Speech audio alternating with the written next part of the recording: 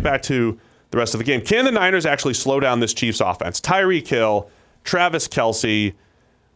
We've said strategically, if you're, on paper, you're going to say, okay, I'm going to double Tyreek Hill. I'm going to double Travis Kelce. It's really not in the Niners' nature to scheme it up and be that specific. They're not pure just cover 3 the whole time. They have added more concepts. The same way Kyle Shanahan has added offensive concepts to a traditional system, Robert Saleh has added a little bit more quarters, a little bit more cover 2. They've added more, too high looks and just different looks to this defense, but they're still not the team that's going to go out there, play cover 1 double all day and take away these 2 weapons and make you win elsewhere. It's not really in their nature. You're still going to see a healthy dose of cover 3 and trust that pass rush to get home. So what is going to be the key here for the Niners? I mean, the pass rush is a big part of it. The back end has improved from like one of the worst coverage units in the NFL to one of the best. Richard Sherman being back to something like his best is a huge part of that, but so is the fact that they added these pass rushes up front. They had, the 17 different 3-techs up front, but now they've got edge rushers. You've got Nick Bosa, the most pressure we've ever seen from a rookie. You have Dee Ford, who has been banged up for a lot of the year, but when he's back there, has been backing up the contract performance that he had a year ago. So now you've got this, and that makes the interior guys better. So DeForest Buckner, I think, has a better impact this year because suddenly now when he gets pressure, the quarterback can't just evade it and escape to the edge free of rush. He's got to escape to the edge where Nick Bosa is about to bury him or where Dee Ford is there. And Eric Armstead is having a contract season as well. So Armstead's been fantastic. Right. The playing front on the edge a lot, too. Has just been phenomenal. So that helps the back end, right? Those guys don't have to cover for as long. They know that if they create problems for the first read or the second read, now the pass rush is going to get home and you don't have to think about too many other different things.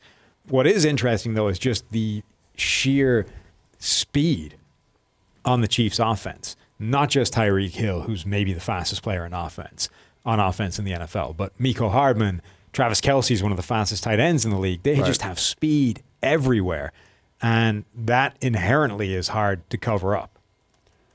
Yeah, I mean, I'm all in on getting speed, man. I saw the NGS stat that the NFL put out that these teams have the highest average miles per hour for their ball carrier or whatever it is, which, when you see this dude ran 22 miles an hour in isolation, kind of useless, right? But I think the average over the course of a season is kind of telling, and it matches the eye test. When you watch the Chiefs, and this is one of the reasons why we said that Mahomes had actually taken a step back until this playoff run this year. He left a lot of plays on the table. They were still explosive, but he had a lot of open receivers that he was missing early in the year that he wasn't missing in 2018. They could have scored even more points, and we're starting to see them live up to their potential because every time they've essentially needed a drive since the start of the playoffs, they've moved the chains, and the only time they've been stopped is by drops. I mean, there's really not a great way to stop Mahomes when he's on. We keep talking about that. I do think from a pass rush standpoint, it's not necessarily going to be about winning. It's always about compressing that pocket on him, make the windows a little bit tighter, make the pocket a little bit tighter and less comfortable for him, but don't let him escape. Finding that balance. Belichick always talks about pad level, stay at the right pad level, stay even with the quarterback, all these different things. I think all of that's going to be crucial. It's not just going to be like, hey, Nick Bosa, just go whip Eric Fisher, and because if Mahomes gets out, that's dangerous. Yeah. It's dangerous for the structure of your defense.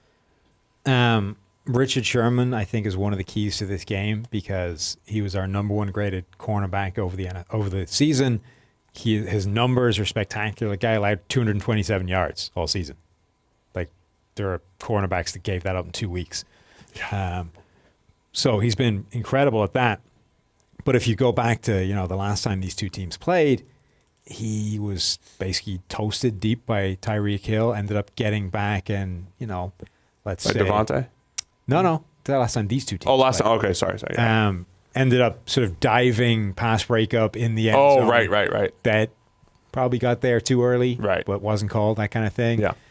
He's got good recovery ability on that kind of stuff. If the ball isn't exactly where it needs to be, he's probably going to get back and be a part of the catch situation. But Tyreek Hill was able to just run the hell right by him for 3 yards of separation. And you don't need too many opportunities of that for them to kill you with a big play.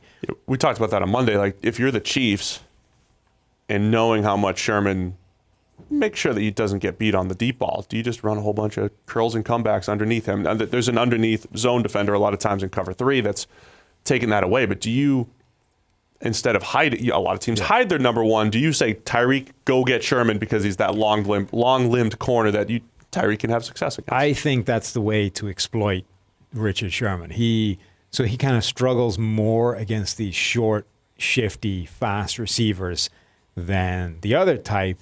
But I think the way of exploiting that is actually not the deep shot, because he is so good at that. Now, I know he got beat by Devontae Adams last week, and I've just talked about how he got beat by Tyreek Hill before. You can beat him on those, but it's very rare. Like the Devontae Adams one is the only deep shot he's been beaten on all season long that's actually resulted in a catch. So even if you think you have the advantage there, it's probably not a high percentage play. On the other hand, I think you can scare him in to giving up room underneath and basically just take a 15-yard comeback all day long. And those are important plays. Like that, it's not a massive chunk play, but those are seriously good drive-moving plays if you can guarantee one of those pretty much any time you want. Stephon Diggs, in particular, is a player that's done that to him a few times, where he's able to sort of fake that deep threat, he's fast enough to get Sherman concerned about it, and then just snaps off his route and is sitting all alone on the sideline as Sherman adjusts. And we've seen Tyreek Hill torch Jalen Ramsey in press coverage and all that stuff too. I mean, we've seen him do it against the guys that had, like Jonathan Jones from the Patriots with double team help, who's a 4-3 guy, right? Who's a little bit smaller, he's a fast slot corner. Guys like that have had decent success against Tyreek Hill. So, do the Niners really have that? And they don't play They don't play pickup basketball. They don't play matchup man-to-man basketball. You know, they don't track. Okay. Generally. Yeah. So. You want to get rid of me and get back to more great PFF YouTube content?